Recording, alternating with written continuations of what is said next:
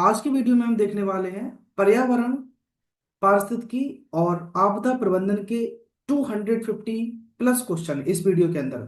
तो हम 250 plus question देखने वाले होंगे आज इस वीडियो में, जिसमें कि आप देखेंगे लेखपाल के लिए बहुत ज्यादा इंपॉर्टेंट रहेगा ये वीडियो हमारा। और साथ ही साथ में उत्तर प्रदेश के कोई और ऐसे एग्जाम आते हैं जिसमें कि इन्वायरमेंट जैसा सेक्शन आता है, तो उन सभी के लिए ये क्वेश्चन बहुत ज्यादा इंपॉर्टेंट रहने वाले होंगे, बहुत ज्यादा आवश्यक रहने वाले होंगे। तो आप इनको एक एक करके आइए हम करते जाएंगे। और अगर आप चैनल पर हमारे पहली बार विजिट कर रहे होंगे तो एक बार सब्सक्राइब करके रख लेना, जिससे कि आपको आने वाली अपडेट्स मिलती रहेगी समय समय पर। ठीक है, तो ध्यान देंगे दोस्तों कि क्वेश्चन नंबर 1 आपके सामने है। देखिए, मैं इसको जरा इरेज कर लेता हूं। ठीक है।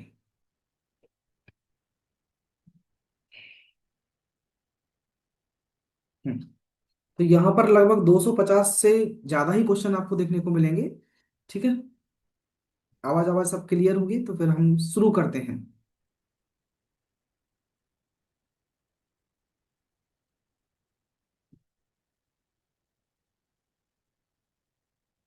क्वेश्चन नंबर फर्स्ट देखेंगे, ये लिखा है कि जीव और उसके चारों ओर की भौतिक एवं जैविक दशाओं तथा उनकी अंतःक्रिया के सम्मिलित रूप को पर्यावरण संरक्षण अधिनियम 1986, जो पर्यावरण संरक्षण अधिनियम है 1986 का, इसमें क्या कहा गया है। तो जीव और उसके चारों ओर की भौतिक जो संरचनाएं हैं उसमें पर्यावरण अधिनियम 1986 में क्या कहा गया है। तो ये कहा गया है आपका पर्यावरण, इसको पूरा नाम दिया गया है पर्यावरण। पारिस्थितिकी ऑप्शन में है, पारिस्थितिकी तंत्र है, जैव विविधता है, उपयुक्त में से कोई नहीं, तो ऑप्शन नंबर सी हमारा सही आंसर होगा। दूसरा क्वेश्चन है कि पर्यावरण संरक्षण अधिनियम जो 1986 के अनुसार पर्यावरण किन दशाओं का सम्मिलित रूप है। तो पर्यावरण जो है हमारा ये भौतिक एवं जैविक दशाएं तथा उनके साथ होने वाली अंतःक्रियाओं का सम्मिलित रूप है। ठीक है, देखो केवल जैसा जो वर्ड लगे है ना, केवल, तो ये हमेशा एक्सट्रीम टाइप के ऑप्शन होते हैं, तो केवल वाले आप ऐसे ही हटा दो, सिर्फ एक ही ऑप्शन सही मिलेगा इस तरीके से। क्वेश्चन नंबर 3 है कि धर्म, नैतिकता, प्रथाएं और विधि पर्यावरण के किस संगठन के अंतर्गत आते हैं। तो धर्म है, नैतिकता है, प्रथाएं और विधि जो है पर्यावरण, ये आपके सांस्कृतिक संगठक संगठक के अंतर्गत आते हैं। किसके अंतर्गत? सांस्कृतिक संगठक के। ठीक है, जिसमें कि धर्म भी है, नैतिकता भी है, प्रथाएं भी हैं। देखो प्रथाएं वगैरह सब इसी से आप समझ लो संस्कृति से होंगी, ये भौतिकी और जैविक घटक से तो होने वाले नहीं है। अगला क्वेश्चन देखेंगे कि ये है कि क्ला क्लोरिडका नामक जो समुद्री घोंघा अपना भोजन बनाने के लिए क्लोरोफिल किससे प्राप्त करता है। सूक्ष्म जीव से, शैवाल से, समुद्री जल से या मृत पौधों से। तो ये जो है अपना क्लोरोफिल बनाने के लिए भोजन अपना ये शैवालों से प्राप्त करता है। इससे, शैवाल से। ठीक है, झील के किनारों का वह छिछला जल, क्वेश्चन नंबर 5, छिछला जल क्षेत्र जहां प्रकाश पूरी तरह पहुंचता है, क्या कहलाता है। मतलब झील के किनारे का जो छिछला जल है जहां पर प्रकाश पूरी तरह से अच्छे से पहुंचता है, वो हमारा कहलाता है आपका लिटोरल जोन। इसको बोलते हैं लिटोरल जोन, यानी कि बेलांचल क्षेत्र। ठीक है, ये ध्यान रखना, ये एक भी ऑप्शन इसमें नहीं है। अच्छा क्वेश्चन है थोड़ा, पहले अगर आपने नहीं पढ़ा है तो इस तरीके से फंस सकते हैं इसमें। क्वेश्चन 6 देखते हैं कि झील के उस क्षेत्र को क्या कहते हैं जहां प्रकाश नहीं पहुंचता और वह अंधकारमय होता है। तो झील के ऐसे क्षेत्र को बोलते हैं हम गहरा क्षेत्र, यहाँ पर प्रकाश नहीं पहुंच सकता है। ठीक है, बेलांचल क्षेत्र क्या है? जो कि छिछला जल क्षेत्र होता है जहां पर सूर्य का प्रकाश आसानी से पहुंच जाता है। ओके, आगे देखते हैं हम क्वेश्चन नंबर 7 को। एक सेकेंड। हम्म, ये समस्या क्या है। ओके, क्वेश्चन नंबर 7 लेते हैं। क्वेश्चन 7 है आपके सामने कि नीच, NICHE, नीच मतलब निकेत की संकल्पना 1917 में किसके द्वारा प्रतिपादित की गई थी। तो नीच, NICHE, इसकी जो संकल्पना है ये किसके द्वारा प्रतिपादित की गई थी। तो ये की गई थी आपके दोस्तों जोसेफ ग्रीनिल के द्वारा। जोसेफ ग्रीनिल ने हमारे नीच की संकल्पना 1917 में दी थी। अगला है भारत सरकार द्वारा पर्यावरण मैत्रीपूर्ण उत्पादों के लिए इको मार्क योजना कब शुरू किया गया। तो इको मार्क योजना जो है आपका दोस्तों, ये 1991 में शुरू किया गया। कब? 1991 में। 1986 में तो पर्यावरण संरक्षण अधिनियम। ठीक है। क्वेश्चन नंबर 9, नागरिक नगरीय क्षेत्रों में नगर ऊष्मा दीप अर्बन हीट island बनाने का मुख्य कारण क्या है? तो नगरीय क्षेत्रों में नगर ऊष्मा दीप अर्बन हीट island बनाने का मुख्य कारण है कि कंक्रीट संरचनाओं द्वारा सूर्य के ताप का अधिक अवशोषण कर सके। क्वेश्चन 10वां है कि सतत विकास वह विकास है, सस्टेनेबल डेवलपमेंट वह विकास है जो भावी पीढ़ियों की जरूरतें पूरी करने की योग्यता को प्रभावित किए बिना वर्तमान की आवश्यकताएं पूरी करता है। यह परियोजना किस रिपोर्ट में दी गई थी? तो सस्टेनेबल डेवलपमेंट योजना ये आपके ब्रिटलैंड रिपोर्ट में दी गई थी कि अवर कॉमन फ्यूचर नामक शीर्षक से। ठीक है। तो ये जो आपके ब्रिटलैंड रिपोर्ट में दिया गया था। नेक्स्ट देखेंगे क्वेश्चन नंबर 11।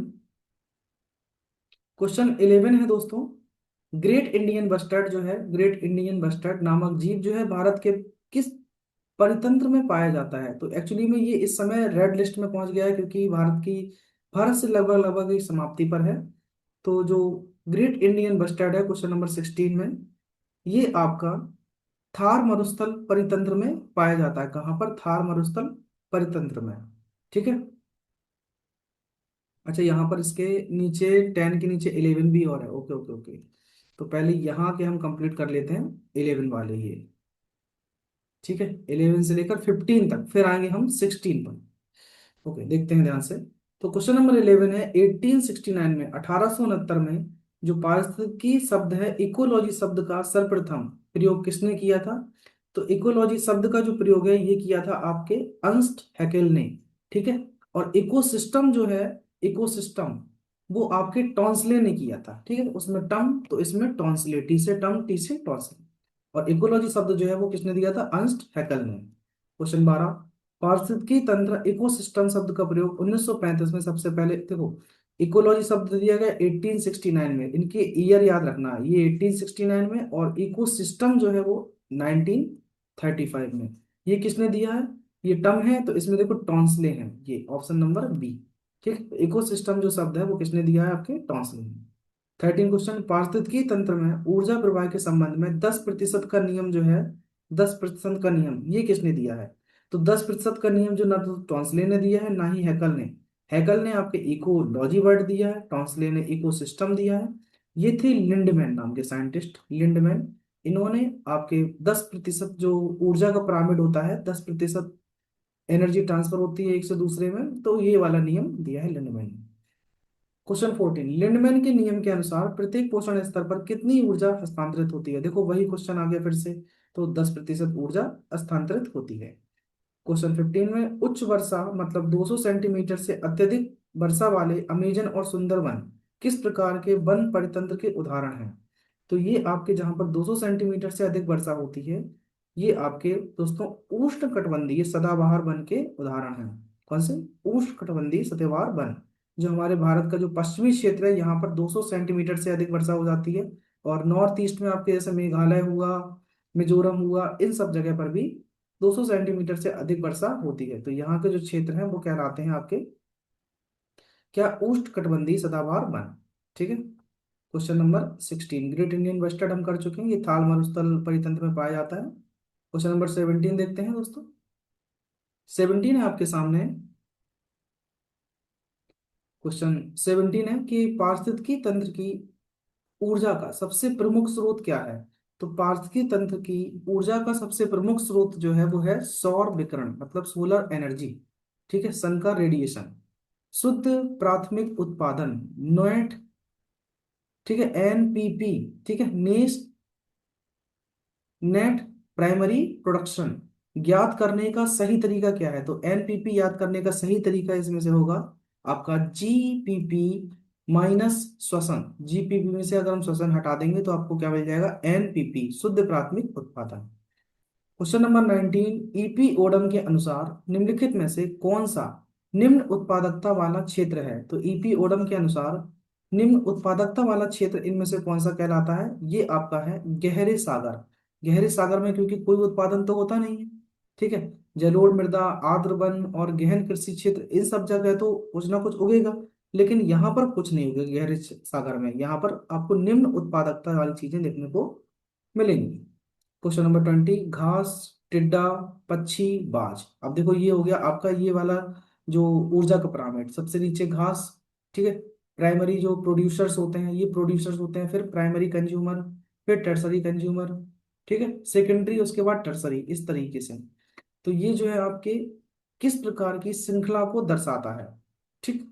तो ये आपके दोस्तों, ये आपके चरण खाद्य श्रृंखला को दिखाता है कि घास को कौन खाता है, टिड्डा खाता है, टिड्डा कौन खाएगा, पक्षी, पक्षी कौन खाएगा, बाघ। तो ये आपके चरण खाद्य श्रृंखला को दर्शाता है। आगे बढ़ते हैं, नेक्स्ट देखते हैं क्वेश्चन नंबर 21। 21 में बात करते हैं दोस्तों, तो 21 है आपका कि उथले समुद्रों की लगभग कितनी ऊर्जा अपरत मतलब डेट्रिट्स जो हैं खाद्य श्रृंखलाओं में प्रवाहित होती है। उथले समुद्रों की लगभग कितनी ऊर्जा अपरत खाद्य श्रृंखलाओं में प्रवाहित होती है। तो ये आपकी है 80%, 80% ऊर्जा जो है आपकी प्रवाहित होती है। क्वेश्चन नंबर 22, अनिम्नीकृत प्रदूषकों का जीवों के ऊतकों में जमा होना क्या कहलाता है, ठीक है। तो अनिम्नीकृत जो है हमारे प्रदूषकों का जीवों के ऊतकों में जमा होने को हम कहते हैं दोस्तों, ये है आपका जैव संचयन। अब देखो ये जीवों की बात कर रहा है, तो जैव आवर्धन नहीं, सुपोषण नहीं, सहजीविता नहीं, सिम्बायोसिस रिलेशन होता है ये तो आंसर होगा इसका ऑप्शन नंबर बी।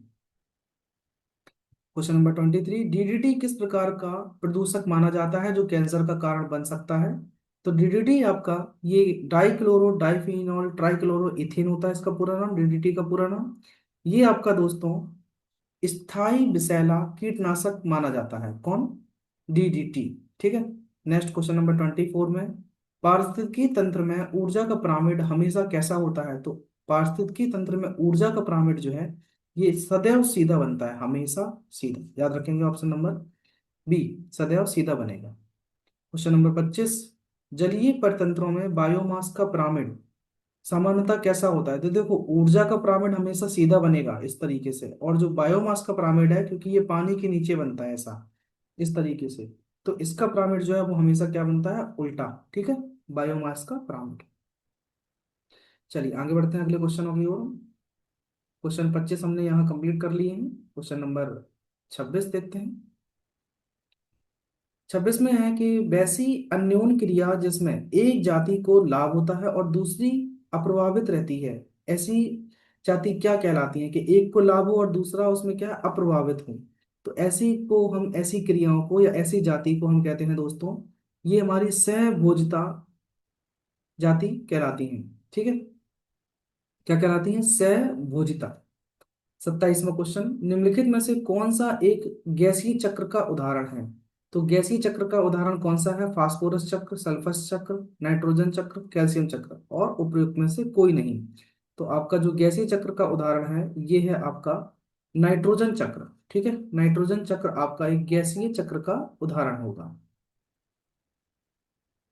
आगे बढ़ते हैं, धान के खेतों में नाइट्रोजन स्थिरीकरण के लिए उत्तरदायी साइनोबैक्टीरिया कौन सा है। तो धान की खेती में उत्तरदायी जो साइनोबैक्टीरिया होता है इसका नाम है एनाबीना, ठीक है। धान की खेती के लिए उत्तरदायी है उसका नाम क्या है, एनाबीना। 28 का ऑप्शन नंबर बी आपका करेक्ट आंसर हो जाएगा दोस्तों, ठीक है। Option number B, option number B आपका करेक्ट आंसर होगा। क्वेश्चन नंबर 29 देखते हैं दोस्तों। 29 नंबर का ये रहा क्वेश्चन। ये क्वेश्चन है आपके सामने,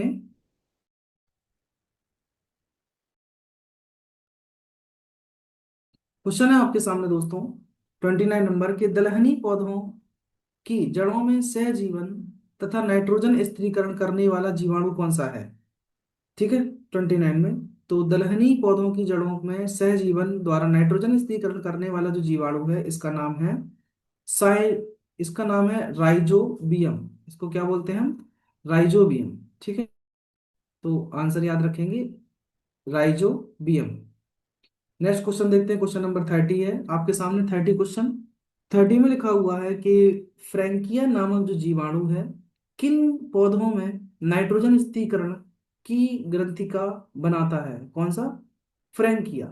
तो फ्रैंकिया आपका ये केजुराइना व एलनस पौधों में ये आपका स्त्रीकरण की ग्रंथिका बनाता है। कौन सा? फ्रैंकिया।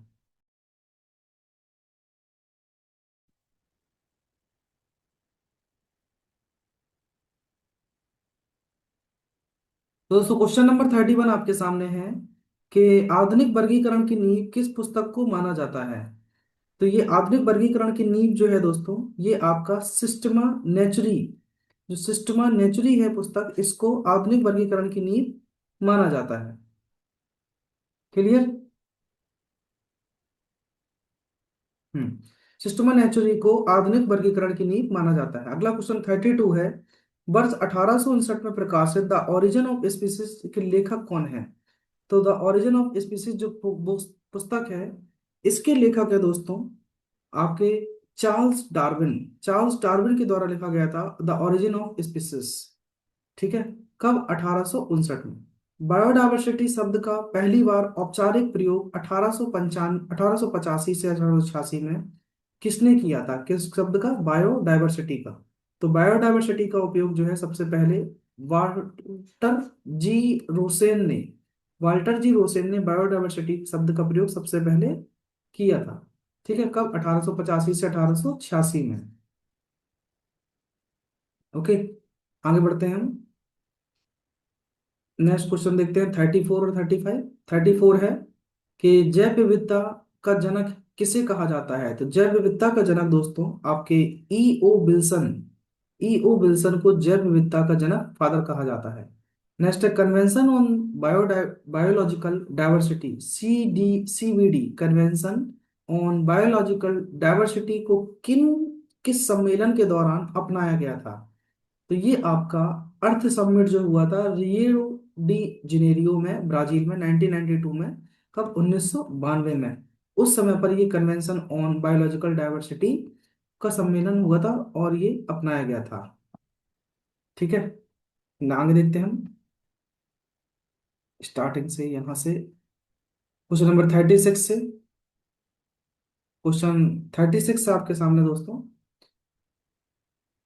36 है कि भारत में जैव विविधता अधिनियम किस वर्ष पारित किया गया था? तो जैव विविधता अधिनियम जो है दोस्तों, ये आपका सन 2002 में आया था। ठीक है, जैव विविधता अधिनियम, वेरी इंपॉर्टेंट क्वेश्चन। भारत में राष्ट्रीय उद्यानों की संख्या कितनी है? भारत में जो राष्ट्रीय उद्यान है इस समय उनकी संख्या कितनी है? तो याद रखेंगे इस समय भारत में राष्ट्रीय उद्यान जो है वो 107 है, 107 राष्ट्रीय उद्यान है। क्वेश्चन 38 है आपके सामने कि शॉक एब्जॉर्बर के रूप में जाने जाना जाता है जो संरक्षित क्षेत्र के चारों ओर 10 किलोमीटर तक फैल सकता है। कौन सा? Shock absorber.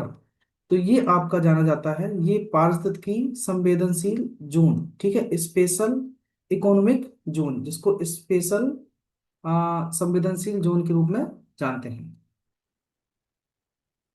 क्वेश्चन नंबर 39 है कि भारत में वन्यजीव अभयारण्य की कुल संख्या, ध्यान देंगे, भारत में वन्यजीव अभयारण्यों की कुल संख्या अक्टूबर 2025 तक कितनी बताई गई है? तो भारत में जो वन्यजीव अभयारण्य है अक्टूबर 2025 तक, ठीक है, ये आपके कितने बताए गए हैं? ये 573 हैं। ठीक है, 573 भारत में टोटल वन्यजीव अभयारण्य 2025 तक। नेक्स्ट है कि इनमें से कौन सा पक्षी विहार हरियाणा के गुरुग्राम में स्थित है? तो हरियाणा के गुरुग्राम में, अब देखो हरियाणा है, हरियाणा का गुरुग्राम, ठीक है, जिसको हम गुड़गांव बोलते हैं, तो हरियाणा के गुरुग्राम में स्थित है। तो देखो घना पक्षी अभयारण्य तो है नहीं है ये, ठीक है, ये तो हो नहीं सकता। सलीम अली पक्षी अभयारण्य ये भी नहीं है। कौंडिया पक्षी अभयारण्य ये कहाँ से हो सकता है? ये बचा है सिर्फ सुल्तानपुर पक्षी अभयारण्य। ठीक है, तो सुल्तानपुर पक्षी अभयारण्य जो है जो हरियाणा के गुरुग्राम में स्थित है। क्वेश्चन 41 है दोस्तों आपके सामने कि क्वेश्चन 41, संरक्षण आगार जो है कंजर्वेशन रिजर्व्स का प्रबंधन किसके द्वारा किया जाता है? ठीक है, कंजर्वेशन रिजर्व्स का जो प्रबंधन है वो किसके द्वारा किया जाता है? तो ये आपका संरक्षण आरक्षित प्रबंधन समिति के द्वारा किया जाता है। यूनेस्को मत लगाया आना इसमें आंसर, तो इसका आंसर है संरक्षण आरक्षण आरक्षित प्रबंधन समिति के द्वारा। भारत का पहला संरक्षण आगार कहाँ खोला गया है? भारत का पहला संरक्षण आगार जो है वो कहाँ खोला गया है? तो ये आपका तिरुनेलवेली तमिलनाडु में खोला गया है। कहाँ पर? याद रखेंगे दोस्तों, तिरुनेलवेली तमिलनाडु में ओपन किया गया। क्वेश्चन नंबर 49 है, मैट्रिक्स रिकॉर्ड जो है, मॉन्ट्रिक्स रिकॉर्ड के तहत, ठीक है, जो मॉन्ट्रियल प्रोटोकॉल हुआ था 16 सितंबर, ठीक है, 1987 में, के तहत भारत में किन दो स्थल को शामिल किया गया है? ठीक है, मॉन्ट्रिक्स रिकॉर्ड के अंतर्गत। तो ये आपके दो स्थलों को शामिल किया गया है, दैट इज केवला देव घना राष्ट्रीय उद्यान और लोकटक झील। केवला देव कहाँ स्थित है? ये राजस्थान में स्थित है राष्ट्रीय उद्यान, और लोकटक झील आपको पता है मणिपुर में स्थित होगा।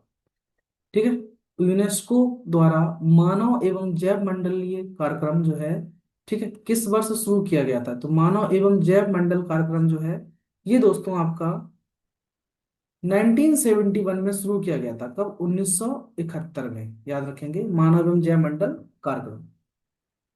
आगे लेते हैं क्वेश्चन नंबर 45 से। क्वेश्चन 45 है आपके सामने। तो ये क्या हो रहा है? हम्म क्वेश्चन नंबर 45 है कि भारत में कितनी बायोस्फीयर रिजर्व को यूनेस्को के एमएबी प्रोग्राम के तहत अंतरराष्ट्रीय मान्यता प्राप्त है? एमएबी प्रोग्राम जो यूनेस्को का है, उसके द्वारा अंतरराष्ट्रीय मान्यता प्राप्त बायोस्फीयर रिजर्व कितने हैं ऐसे भारत के अंदर? तो ये आपके हैं 13 बायोस्फीयर रिजर्व है, जिनको यूनेस्को के एमएबी प्रोग्राम में शामिल किया गया है।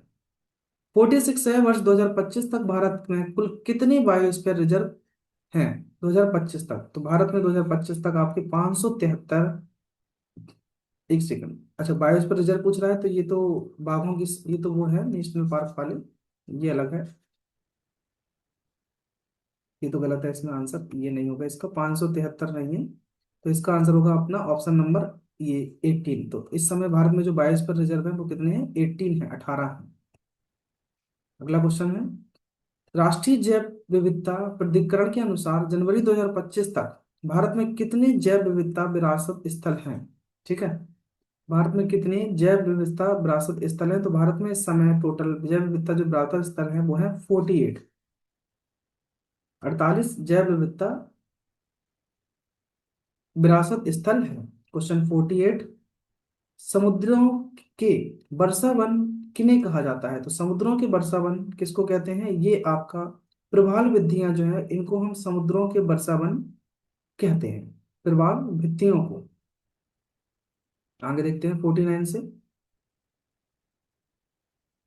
49 है कि प्रवाल भित्तियों का निर्माण किसके द्वारा उत्सर्जित कैल्शियम कार्बोनेट से होता है? अब ये तो पता है, देखो प्रवाल भित्तियां कैल्शियम कार्बोनेट से बनती हैं, लेकिन ये उत्सर्जित किसके द्वारा होती है इसकी बात कर रहा है। तो ये आपके प्रवाल फॉलिप्स से उत्पन्न होते हैं। किससे? प्रवाल फॉलिप्स से, जिसके द्वारा कैल्शियम कार्बोनेट बनता है। नेक्स्ट है कि विश्व की सबसे बड़ी प्रवाल भित्ति ग्रेट बैरियर रीफ कहाँ स्थित है? तो पता है आपको, ग्रेट बैरियर रीफ जो हमारे कहाँ स्थित है? ऑस्ट्रेलिया में। ठीक है, ऑस्ट्रेलिया देश है जहाँ पर ग्रेट बैरियर रीफ पाई जाती है। हमारे इंडिया में भी अंडमान निकोबार साइड में भी, वहां पर भी ये प्रवाल भित्तियां आपको देखने को मिलेंगी। लक्षद्वीप में आपको ये प्रवाल भित्तियां देखने को मिल जाएंगी। 51, तापमान वृद्धि के कारण प्रवाल से शैवाल का अलग होना क्या कहलाता है? ठीक है, तो प्रवाल से शैवाल का अलग होना दोस्तों, ये कहलाता है आपका कोरल ब्लीचिंग। इसको हम कोरल ब्लीचिंग कहते हैं। अम्लीकरण, अनुकरण और फ्रीजिंग तो नहीं होगा, तो इसको बोलते हैं कोरल ब्लीचिंग। वृत्ताकार द्वीप वाली प्रवाल भित्ति को क्या कहा जाता है? तो जो वृत्ताकार मतलब वृत्त के आकार की होती है ऐसी गोल गोल, उसको क्या कहते हैं? तो इसको बोलते हैं एटोल। ठीक है, फ्रीजल रीफ, बैरियर रीफ, पेंच रीफ नहीं, जो वृत्त के आकार की होती है उसको क्या बोलते हैं? एटोल। याद रखेंगे, एटोल। नेक्स्ट है कि रामसर संधि का हस्ताक्षर किस वर्ष और कहाँ हुआ था? तो रामसर जो कन्वेंशन है 1971 में 2 फरवरी 1971 को ईरान में हुआ था। ईरान के रामसर नामक जगह पर हुआ था। ठीक है, थोड़ा जरा इसको मैं बस ऊपर कर लूँ एक बार, यहाँ ये दिक्कत करता है स्लाइड के ऊपर। ठीक है, तो ये देखो लिखा है 1971 ईरान में हुआ था ये, 2 फरवरी 1971 को, और 2 फरवरी को हम वेटलैंड डे मनाते हैं। ठीक है, तो आंसर हो जाएगा ऑप्शन नंबर हमारा बी, 53 का आंसर बी। नेक्स्ट क्वेश्चन देखेंगे आप कि 4 जून 2025 तक भारत में कुल कितने रामसर स्थल घोषित हो चुके हैं। तो 4 जून 2025 तक भारत में आपके 93, आई थिंक, ठीक है, हाँ सही है, 93 रामसर स्थल आपके घोषित हो गए हैं। इस समय भारत में लगभग 96 या 98 हो चुके हैं रामसर साइट्स। तो अब जब भी एग्जाम देने जाए तो एक बार अपडेट हो लेना इस चीज से, ठीक है। इसका तो आंसर हो जाएगा 93। भारत में सर्वाधिक रामसर स्थल 20 जो है वो किस राज्य में स्थित है। तो तमिलनाडु में सबसे ज्यादा रामसर स्थल है। सेकंड नंबर पे आपका उत्तर प्रदेश आता है जहां पर 11 रामसर स्थल है, और अभी रिसेंटली एक पटना पक्षी अभयारण्य बना है जो कहाँ पर है, एटा में, उत्तर प्रदेश के एटा में, ठीक है। एक्चुअली में ये एटा जो है, जो पटना पक्षी अभयारण्य है, ये जलेसर के पास में है। जलेसर जो है हमारा पड़ता है जलेसर, ठीक है, आगरा के पास में है जलेसर। वहां पर है ये पूरा पटना पक्षी अभयारण्य, और लगभग एटा तक जाता है, तो एटा डिस्ट्रिक्ट के में आता है ये, ठीक है, जो नया बना है अभी पटना पक्षी अभयारण्य। ओके, याद रखेंगे कि सबसे ज्यादा जो रामसर साइट्स हैं वो तमिलनाडु के अंदर 20 है, उसके बाद उत्तर प्रदेश में 11 रामसर साइट्स देखने को मिलती हैं। चलिए नेक्स्ट क्वेश्चन देखते हैं 56 है कि 56 में है दोस्तों कि वर्ष 2025 के विश्व आर्द्रभूमि दिवस की थीम क्या है। 2025 का जो वर्ल्ड वेटलैंड डे हमने मनाया है उसकी थीम क्या है, ये थीम क्या है। तो इसकी जो थीम थी दोस्तों, ये थी हमारा साझा भविष्य के लिए आर्द्र भूमियों का संरक्षण। हमारे जो साझा भविष्य है इसके लिए हम वेटलैंड्स का क्या करेंगे, संरक्षण करेंगे। 57, भारत की पहली रामसर साइट 1981 में कौन सी बनी थी। तो 1981 में भारत की जो पहली रामसर साइट थी इसका नाम था चिल्का झील। कहाँ पर स्थित है, उड़ीसा में, ठीक है। सबसे पहला जो रामसर साइट था वो उड़ीसा में बना था, चिल्का झील। नेक्स्ट देखते हैं कि वन्यजीवों की सुरक्षा के लिए वन्यजीव संरक्षण अधिनियम किस वर्ष लाया गया था। तो पर्यावरण संरक्षण अधिनियम, वन्यजीव संरक्षण अधिनियम, ये सब आपको याद रखना होगा। तो वन्यजीव संरक्षण अधिनियम जो दोस्तों है ये आपका 1972 में लाया गया था, और पर्यावरण संरक्षण अधिनियम 1986 में आया था, ठीक है। तो आंसर याद रखेंगे, वन्यजीव संरक्षण अधिनियम कब का है, ये 1972 का है, ठीक है। 1986 में पर्यावरण संरक्षण अधिनियम देखने को मिला था। नेक्स्ट है 59 से, इनमें से कौन सी विधि स्व स्थानीय संरक्षण के अंतर्गत आती है। कौन सी विधि है आपकी, तो ये आपका है राष्ट्रीय उद्यान, ठीक, ये आपके स्व स्थानीय मतलब इन सेतु कंजर्वेशन के अंतर्गत आती है। किस अधिनियम के अंतर्गत पारिस्थितिकी संवेदनशील zone, ESZ, economic special zone जिसको बोलते हैं, घोषित किए जाते हैं। तो ये आपके जो पारिस्थितिकी संवेदनशील जोन है ये आपके दोस्तों पर्यावरण संरक्षण अधिनियम 1986 के अंतर्गत किए जाते हैं। देखो कुछ आपको यहाँ पर मैं अधिनियम याद करा देता हूँ वैसे, जैसे वन्यजीव संरक्षण अधिनियम 1972 का, जैव विविधता अधिनियम 2002 का, ये सब करेक्ट आंसर लिखें। जल अधिनियम जो है 1974 का है। क्वेश्चन में पारिस्थितिकी संवेदनशील जोन की पूछ रहा था, ठीक। तो आंसर हमारा पर्यावरण संरक्षण अधिनियम 1986 हो जाएगा। 61, जैव विविधता बायोडायवर्सिटी का क्या अर्थ होता है। तो जैव विविधता का जो अर्थ होता है दोस्तों, बड़ा से कॉमन सा क्वेश्चन है, अगर देखो ये भी गलत हो रहा है तो बड़ी दिक्कत है। जैव विविधता का अर्थ क्या होता है कि किसी निश्चित भौगोलिक क्षेत्र में जीवों एवं वनस्पति, जहां पर जीव भी हो और वनस्पति हो, की संख्या को हम बायोडायवर्सिटी के अंतर्गत रखते हैं। नेक्स्ट क्वेश्चन है 62। क्वेश्चन नंबर 62 है कि जैव विविधता का संबंध किससे है, किनसे है। तो जैव विविधता में आपके क्या क्या देखने को मिलेंगे, केवल बड़े प्राणी, केवल जलीय प्राणी, केवल पालतू नहीं, पौधे, प्राणी, सूक्ष्म जीव, ये सब आपको जैव विविधता के अंतर्गत देखने को मिलेंगे। 63, जैव विविधता की खोज के संबंध में प्रति वर्ष लगभग कितनी नई प्रजातियों की खोज होती है, ठीक है, कितनी नई प्रजातियों की खोज होती है 63। तो लगभग 15,000 नई प्रजातियों की खोज होती है जैव विविधता की खोज के संबंध में। दोस्तों देखो, अगर आप चैनल को देख रहे हैं हमारे, तो कंटिन्यूअस वीडियो को एक बार देख लेना, दोबारा से रिवाइज कर लेना, क्योंकि 250 क्वेश्चन से ज्यादा यहाँ से अपडेटेड सीट है पूरी, इससे ज्यादा नहीं मिलेगा देखने को आपको एग्जाम में, ठीक है। बहुत सारे क्वेश्चन पर्यावरण से इसके अंतर्गत आएंगे। नेक्स्ट है जैव विविधता की प्रवणता के अनुसार ध्रुवों से भूमध्य रेखा की ओर आने, एक सेकंड, ध्रुवों से भूमध्य रेखा की ओर आने पर विविधता पर क्या प्रभाव पड़ता है? तो विविधता घटती है, बढ़ती है? ये क्वेश्चन नंबर 64। तो ये आपकी जो, जब आप कहाँ से कहाँ आ रहे हैं, ध्रुवों से भूमध्य रेखा की ओर, ठीक है। तो जब ध्रुवों से भूमध्य रेखा की ओर आएंगे तो आपको तो कई सारे वन ही देखने को मिलेंगे। ध्रुवों पर तो टुंड्रा वन देखने को मिलते हैं जहाँ पर बहुत ज्यादा फ्रीजेड जोन, ठंडा रहता है। तो ये जैव विविधता आपकी बढ़ती है। 65। पर्वतीय क्षेत्रों में, जो पर्वतीय क्षेत्रों में प्रति 1 किलोमीटर की ऊंचाई बढ़ने पर तापमान में कितनी किलोमीटर की कमी, कितनी कमी आती है, किलोमीटर में कितनी कमी आती है? तो जब आप पर्वतीय क्षेत्रों में 1 किलोमीटर की ऊंचाई पर जाते हैं तो 6.5 डिग्री सेल्सियस की कमी आ जाती है टेम्परेचर में। 66। विश्वतीय विश्वत रेखीय वनों में चींटियों की लगभग संख्या कितनी प्रजाति पाई जाती है? चींटियों की लगभग कितनी प्रजाति पाई जाती है कहाँ पर? विश्वत रेखीय वनों में। तो विश्वत रेखीय वनों में चींटियों की 200 प्रजातियां पाई जाती हैं। नेक्स्ट, निम्नलिखित में से कौन सा जैव विविधता के ह्रास का मुख्य कारण आवासीय विनाश से संबंधित है? तो जैव विविधता के ह्रास का मुख्य कारण जो है आवासीय विनाश से संबंधित है, तो आंसर हो जाएगा आपका ऑप्शन नंबर सी। इसका आंसर होगा ऑप्शन सी, औद्योगिक विकास और सड़क निर्माण। ये आपके जैव विविधता के ह्रास का मुख्य कारण बनेगा, क्योंकि औद्योगिक विकास और सड़कें ज्यादा बनेंगी तो आपका कहीं ना कहीं जैव विविधता पर भी असर पड़ेगा। नेक्स्ट, तेल रिसाव किस प्रकार के प्रदूषक का उदाहरण है जो जैव विविधता को प्रभावित करता है? तो तेल रिसाव जो है, 68 क्वेश्चन, ये आपके समुद्री प्रदूषण का कारण है। ठीक है, तेल रिसाव ये आपके समुद्र को प्रदूषण करता है बहुत ज्यादा, और वहां पर उसको हानि पहुंचाता है। क्वेश्चन नंबर 69, कि कांग्रेस घास जो पार्थेनियम घास है जैव विविधता को खतरा पहुंचाने वाले किस कारक का उदाहरण है? कौन सा? पार्थेनियम। ठीक है, कांग्रेस घास।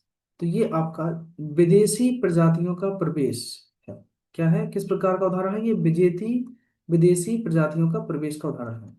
भारत विश्व के कितनी मेगा डाइवर्सिटीज प्रदेशों में शामिल है?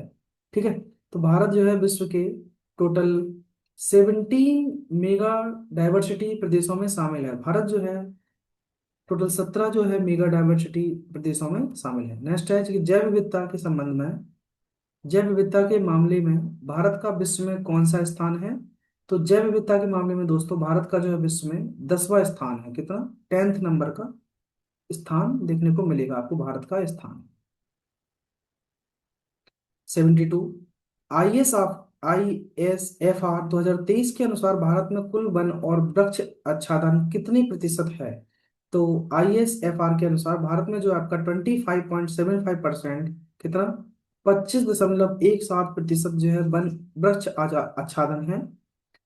भारत में कितने जैव भौगोलिक क्षेत्र, बायो जोग्राफिकल जोन्स में भारत को विभाजित किया गया है? तो भारत को कितने बायो जियोग्राफिकल जोन्स में विभाजित किया गया है? तो भारत को दोस्तों टोटल 10 जो है बायो जियोग्राफिकल जोन्स में विभाजित किया गया है। कितने? 10। चलिए आगे देखते हैं। देखो दोस्तों, 21 मई का पेपर कंफर्म है होना। हो सकता है अगर डेट आगे पीछे हो तो कह नहीं सकते हैं, लेकिन अभी तक तो फिलहाल में यही है कि 21 मई को एग्जाम होना चाहिए। और आपके लेखपाल के लिए कितने मार्क्स आए होंगे, आप सेलेक्ट हुए कि नहीं हुए, मतलब आपका जो पीटी का स्कोर आया आया था उसमें कितने मार्क्स थे, क्योंकि उसी के अकॉर्डिंग आपको लेखपाल का एग्जाम देखने को मिलेगा। ठीक है, अगर आपको उसमें नंबर अच्छे आए होंगे तो लेखपाल का एग्जाम दे पाएंगे आप, नहीं आएंगे तो नहीं दे पाओगे, ये समस्या है उसमें। देखिए ध्यान से, जंगली भेड़, बकरी और हिम लेपर्ड मुख्य रूप से किस जैव भौगोलिक क्षेत्र में पाए जाते हैं? तो जंगली भेड़, बकरी और हिम लेपर्ड जो है ये आपके, अब देखो गंगा के मैदान में पाए नहीं जाएंगे भैया। हिम लेपर्ड है, हिम लेपर्ड है मतलब ठंडे इलाके में पाए जाएंगे कुल मिला के। ठीक है, तो यहाँ ट्रांस हिमालय आपका आंसर होगा। ट्रांस हिमालय में जंगली भेड़, बकरी और हिम लेपर्ड पाए जाएंगे। नेक्स्ट, गिर के शेर, गिर राष्ट्रीय जो उद्यान है वहां पर शेर पाए जाते हैं, एशियाटिक लाइन के लिए फेमस है ये। भारत के किस जैव भौगोलिक क्षेत्र में की स्थानिक प्रजाति है? तो ये आपकी अर्ध शुष्क क्षेत्र, ठीक है, अर्ध शुष्क क्षेत्र की जैव भौगोलिक प्रजाति है। भारत का कौन सा क्षेत्र हॉटस्पॉट है जहां नीलगिरी लंगूर पाए जाते हैं? तो भारत का ये आपका पश्चिमी घाट है। पश्चिमी घाट हॉटस्पॉट है जहां पर आपको ये लंगूर देखने को मिलेंगे। कौन से? नीलगिरी लंगूर पाए जाते हैं। ठीक है, पश्चिमी हॉटस्पॉट में। क्वेश्चन नंबर 77, डुगोंग जो है समुद्री गाय मुख्य रूप से किस क्षेत्रों में पाई जाती है? तो डुगोंग, जो आपको हम उसको सी काऊ के नाम से जानते हैं, ये आपकी हिमालय क्षेत्र में नहीं हुई, समुद्री गाय है ना, तटीय क्षेत्रों में। हाँ, तो ये तटीय क्षेत्रों में पाई जाती है, गंगा का मैदान में नहीं है। ओके, तो आंसर इसका हो जाएगा आपका ऑप्शन नंबर बी, तटीय क्षेत्र में। क्वेश्चन नंबर 78, उत्तर पूर्वी क्षेत्र में किन वनस्पतियों की प्रचुरता अधिक है?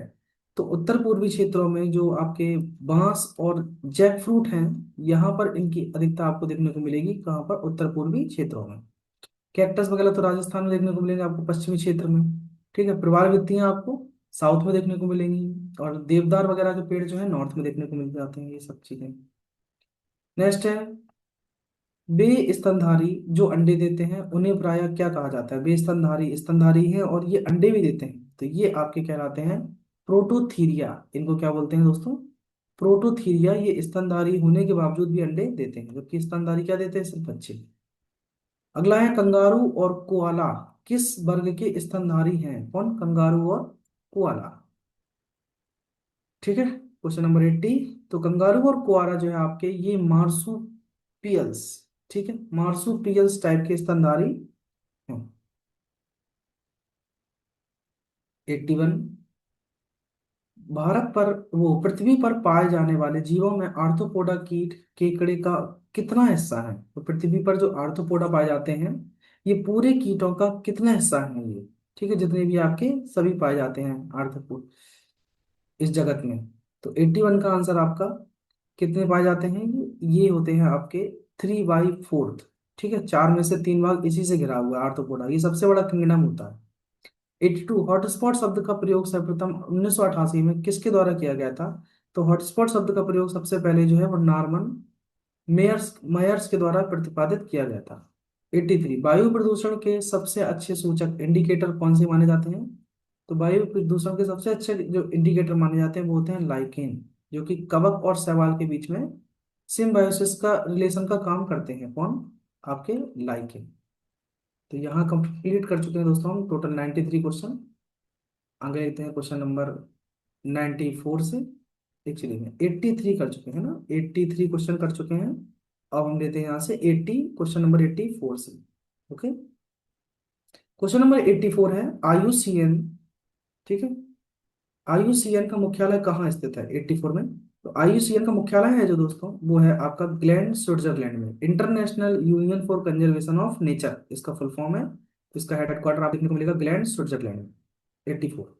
85, राजस्थान का राज पक्षी जो ग्रेट इंडियन बस्टर्ड है किस श्रेणी में आता है? क्या हुआ? हम्म राजस्थान का जो राज्य पक्षी है ग्रेट इंडियन बस्टर्ड, ये किस श्रेणी में आता है? तो ये आपका ये इंडेंजर्ड, संकटग्रस्त श्रेणी में आता है। ऑप्शन नंबर, एक सेकंड, ग्रेट इंडियन बस्टर्ड है, तो ये संकटग्रस्त नहीं दोस्तों, ये तो उससे भी ज्यादा खतरनाक हो गया, ये अति संकट में आता है। ठीक है, क्रिटिकल रीजन में आ रहा है इस समय। पहला आंसर नहीं होगा, इसका आंसर ऑप्शन नंबर सी देखने को मिलेगा। नेक्स्ट है कि भारत का राष्ट्रीय जलीय जीव कौन सा है? तो भारत का जो राष्ट्रीय जलीय जीव है 86 में, ये आपका गंगा नदी में डॉल्फिन जो है हमारी, तो गंगा डॉल्फिन को हम भारत का राष्ट्रीय जलीय जीव कहते हैं। नेक्स्ट है, लाल पांडा का मुख्य भोजन क्या है? देखो, लाल पांडा जो है वो सिक्किम का राष्ट्रीय उसका वहाँ का राजकीय पशु है लाल पांडा। ठीक है, तो लाल पांडा का जो मुख्य भोजन है, ये आपका है दोस्तों बांस, ये बांस खाता है लाल पांडा। आगे बढ़ते हैं। पहाड़ों का भूत किस जीव को कहा जाता है? ठीक है, इसको थोड़ा मैं ऊपर कर देता हूँ। पहाड़ों का भूत किस जीव को कहा जाता है? तो पहाड़ों का भूत जो है दोस्तों, एक सेकंड, ऑप्शन देख लेना, भूरा भालू, हिम तेंदुआ, नीलगिरी ताहर, या फिर एशियाई लायन, एशियाई शेर। तो पहाड़ों का भूत जो है दोस्तों, ये आपका हिम तेंदुआ को कहा जाता है, पहाड़ों का भूत हिम तेंदुआ। ओलिव रिडले कछुए हैं, ये सामूहिक रूप से अंडे देने के लिए कहाँ जाते हैं? ओलिव रिडले, कछुए। तो ये सामूहिक रूप से अंडे देने के लिए आपके गहिर माथा जो सेंचुरी है वहां पर जाते हैं, गहिर माथा सेंचुरी में। Project tiger treasure, project tiger की शुरुआत किस वर्ष की गई थी? तो प्रोजेक्ट टाइगर की शुरुआत 1973 में की गई थी, प्रोजेक्ट टाइगर। और प्रोजेक्ट एलिफेंट जो है, प्रोजेक्ट एलिफेंट, ये आपका 19, ठीक है, 1992 में शुरू की गई थी प्रोजेक्ट एलिफेंट। आगे बढ़ते हैं। पर्यावरण प्रदूषण की परिभाषा के अनुसार वायु, जल या मृदा के गुणों में कैसा परिवर्तन अवांछनीय माना जाता है? तो ये पर्यावरण प्रदूषण के अनुसार ये आपका जो है भौतिक, रासायनिक या जैविक गुण जो है वो अवांछनीय माना जाता है। पारिस्थितिकी तंत्र के प्राकृतिक संतुलन में नकारात्मक प्रभाव उत्पन्न करने वाले पदार्थों को क्या कहते हैं? तो जो पारिस्थितिकी तंत्र के प्राकृतिक संतुलन में नकारात्मक प्रभाव उत्पन्न करते हैं, ऐसे पदार्थों को हम कहते हैं दोस्तों प्रदूषक। ऐसे पदार्थों को क्या बोलते हैं? प्रदूषक। क्वेश्चन नंबर 93 है कि उत्पत्ति के आधार पर प्रदूषकों के वर्गीकरण में ज्वालामुखी को किस श्रेणी में रखा जाता है? तो ज्वालामुखी को दोस्तों आपके प्राकृतिक श्रेणी में रखा जाता है। ठीक है, तो यहां तक 93 हो गए हैं। आगे देखते हैं।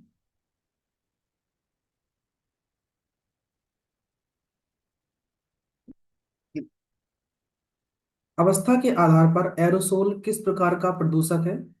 तो एरोसोल आपका तरल है, गैसीय है, ठोस कणकीय है या प्राथमिक है? तो अवस्था के आधार पर एरोसोल जो है ये एक ठोस कणकीय प्रदूषक कहलाता है। 95, निम्नलिखित में से कौन सा एक द्वितीयक प्रदूषक का उदाहरण है? तो द्वितीयक प्रदूषण का उदाहरण जो है वो दोस्तों PAN है, पैन। ठीक है, ये द्वितीयक प्रदूषण का उदाहरण है। 96, वे प्रदूषक जो सूक्ष्म जैविक क्रियाओं द्वारा विघटित हो जाते हैं क्या कहलाते हैं? तो ऐसे जो प्रदूषक जो सूक्ष्म जैविक क्रियाओं द्वारा विघटित हो जाते हैं इनको हम बोलते हैं जैव निम्नीकरणीय, जैव निम्नीकरणीय।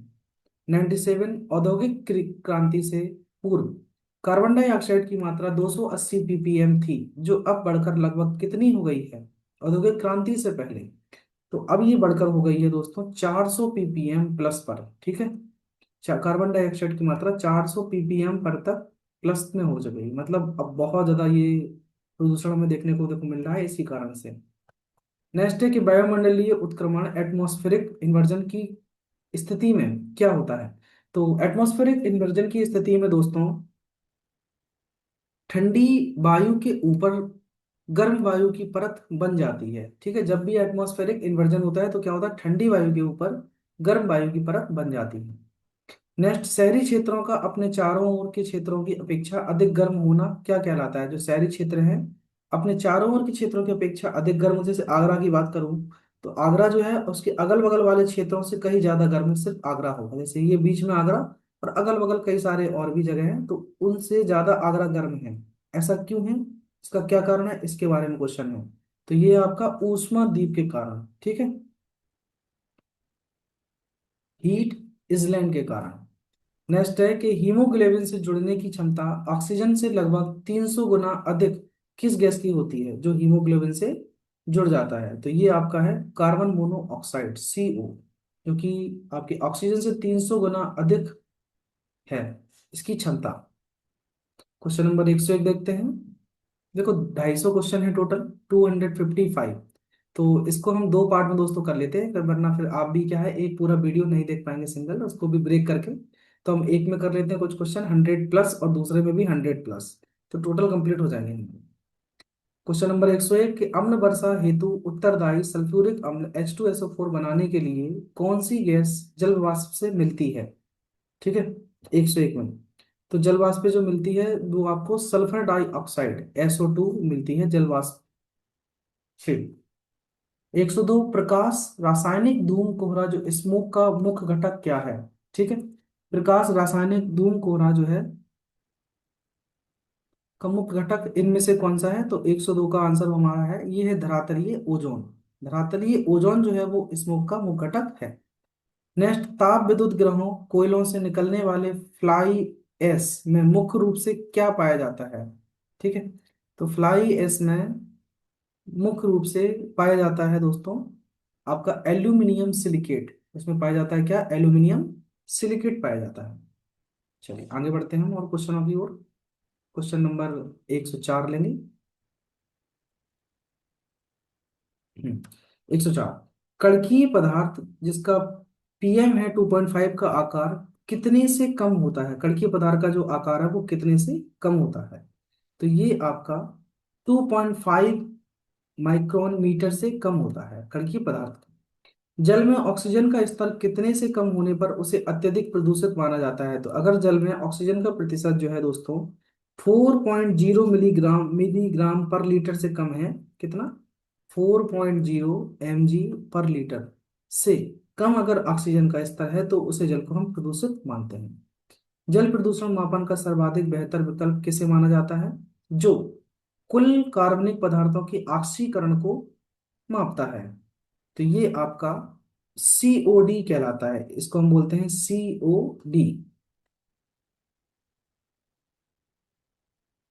नेक्स्ट है क्वेश्चन, सुपोषण जिसको यूट्रोफिकेशन बोलते हैं, सुपोषण की क्रिया में जल में किन पोषक तत्वों की वृद्धि होती है? सुपोषण की क्रिया में जल में दोस्तों आपके नाइट्रोजन और फास्फोरस की वृद्धि होती है।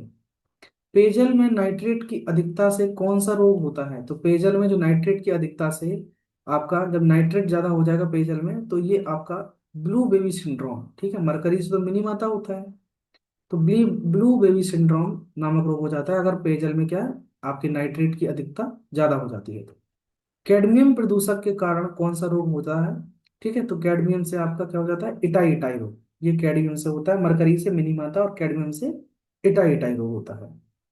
ठीक है, अगला क्वेश्चन है कि ध्वनि की तीव्रता मापने की इकाई क्या है? क्वेश्चन नंबर 109, तो ये है पीपीएम।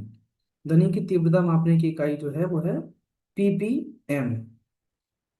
109, 110, अच्छा ध्वनि की गलत बता दिया मैंने, पीपीएम नहीं है, ये तो प्रदूषण के लिए होता है। ध्वनि की तीव्रता मापने की इकाई जो है वो डीबी मतलब डेसिबल है। ठीक है, ध्वनि की तीव्रता मापने की इकाई है डेसिबल। क्वेश्चन नंबर 111, जैव जैवोपचार की वह तकनीकी जिसमें प्रदूषित मृदा कूप के माध्यम से नियंत्रित वायु पहुंचाई जाती है। तो ये आपकी है, एक सेकंड। हम्म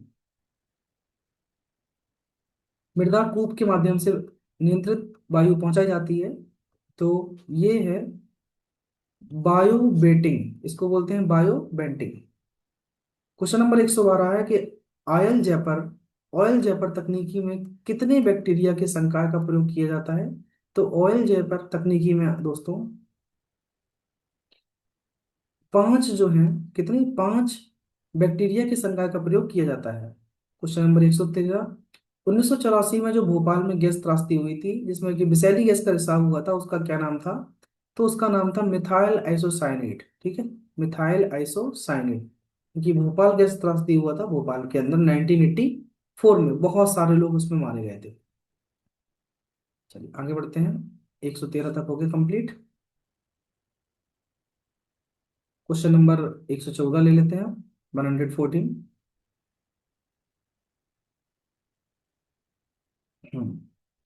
क्वेश्चन नंबर 114 है कि इमारतों के क्षरण के लिए जिम्मेदार स्टोन कैंसर का कारण क्या है? तो स्टोन कैंसर का कारण जो है इमारतों के क्षरण के लिए, ये है आपका अम्लीय वर्षा, एसिड रेन जिसको बोलते हैं। इसमें आपके SO2 और NO2 ये दो पाए जाते हैं जिसके कारण से एसिड रेन बनती है। ठीक है, मृदा से प्राकृतिक रूप से निकलने वाली कौन सी गैस वेंटिलेशन कमी के कारण फेफड़ों के कैंसर का कारण बनती है? तो मृदा के प्राकृतिक रूप से निकलने वाली जो गैस है जो कि वेंटिलेशन कमी के कारण फेफड़ों के कैंसर का कारण बनती है, ये दोस्तों है आपकी रेडान गैस, इसको क्या बोलते हैं, रेडान गैस। ठीक है, जो कि कैंसर का कारण बनती है। केंद्रीय प्रदूषण नियंत्रण बोर्ड CPCB का गठन किस अधिनियम के तहत किया गया था? तो केंद्रीय प्रदूषण नियंत्रण बोर्ड का गठन जो है वो आपका 116, इसके किया गया था आपका जल रोकथाम और नियंत्रक अधिनियम 1974 के अंतर्गत। ठीक है, 1974। NGT याद रखना, नेशनल ग्रीन ट्रिब्यूनल, इसकी स्थापना 2010 में हुई थी। NGT की पर्यावरण संरक्षण अधिनियम 1986 का और वायु प्रदूषण 1981 का। नेक्स्ट लेते हैं 117, वर्ष 1987 में किस अधिनियम में संशोधन कर ध्वनि प्रदूषकों को शामिल किया गया था? ठीक है, तो ध्वनि प्रदूषकों को शामिल किया गया था कब? 1981 में। इस संशोधन को 1987 में किस अधिनियम में संशोधन कर, तो 1981 के संशोधन में, अधिनियम में संशोधन किया गया, जिसको फिर 1987 में ध्वनि प्रदूषकों को शामिल किया गया। नेक्स्ट है नेक ने, ना QS N double A QS राष्ट्रीय व्यापक वायु गुणवत्ता मापदंड में कितने प्रदूषकों को शामिल किया गया है? ठीक है, तो इसमें आपके टोटल 12 प्रदूषकों को शामिल किया गया है दोस्तों। कितने? 12। ओके, क्वेश्चन नंबर 119 है, वायु गुणवत्ता की जांच करने वाली पहली मोबाइल ऐप, जिसका नाम है सफर, किसके द्वारा तैयार की गई है? तो सफर का जो सफर तैयार की गई है, ये आईआईटीएम पुणे के द्वारा सफर तैयार की गई है। भारत में BS6 भारत स्टेज 6 मानक किस तिथि से प्रभावित है? तो भारत में BS6 जो है वो आपका 1 अप्रैल 2020 से प्रभावी है। पर्यावरण प्रभाव आकलन EIA प्रक्रिया के माध्यम से किसी नई परियोजना को शुरू करने से पहले क्या अध्ययन किया जाता है?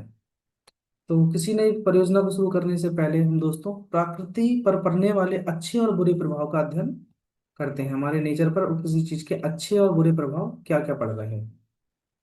ठीक है, क्वेश्चन नंबर 122 है, भारत में पहली बार किस वर्ष पर्यावरण संरक्षण अधिनियम 1986 के तहत EIA अधिसूचना जारी की गई थी? तो ये आपका है 1994 में पर्यावरण संरक्षण अधिनियम के तहत EIA अधिसूचना जारी की गई थी। तो दोस्तों आज की वीडियो में हम रखते हैं 122 क्वेश्चन। ठीक है, रिमेनिंग हम क्वेश्चन कर लेंगे नेक्स्ट वीडियो में, पार्ट 2 में। अभी सिर्फ आप इतना देखिए, और चैनल पर नहीं जुड़े हैं तो सब्सक्राइब करके रखना। लेखपाल का दूसरा पार्ट लाएंगे, उसमें हम पूरे क्वेश्चन 255 प्लस हम कंप्लीट कर चुके होंगे। तो बस 2 वीडियो ही मिलेंगे आपको, जिससे कि आप देखने में आसानी रहे। Okay, till then take care, bye bye, अपना ख्याल रखिए, और चैनल को सब्सक्राइब कर ले, अपने दोस्तों के साथ शेयर कर ले। बाय, कमेंट जरूर करके बताना आपको क्लास कैसी लगी। Thank you.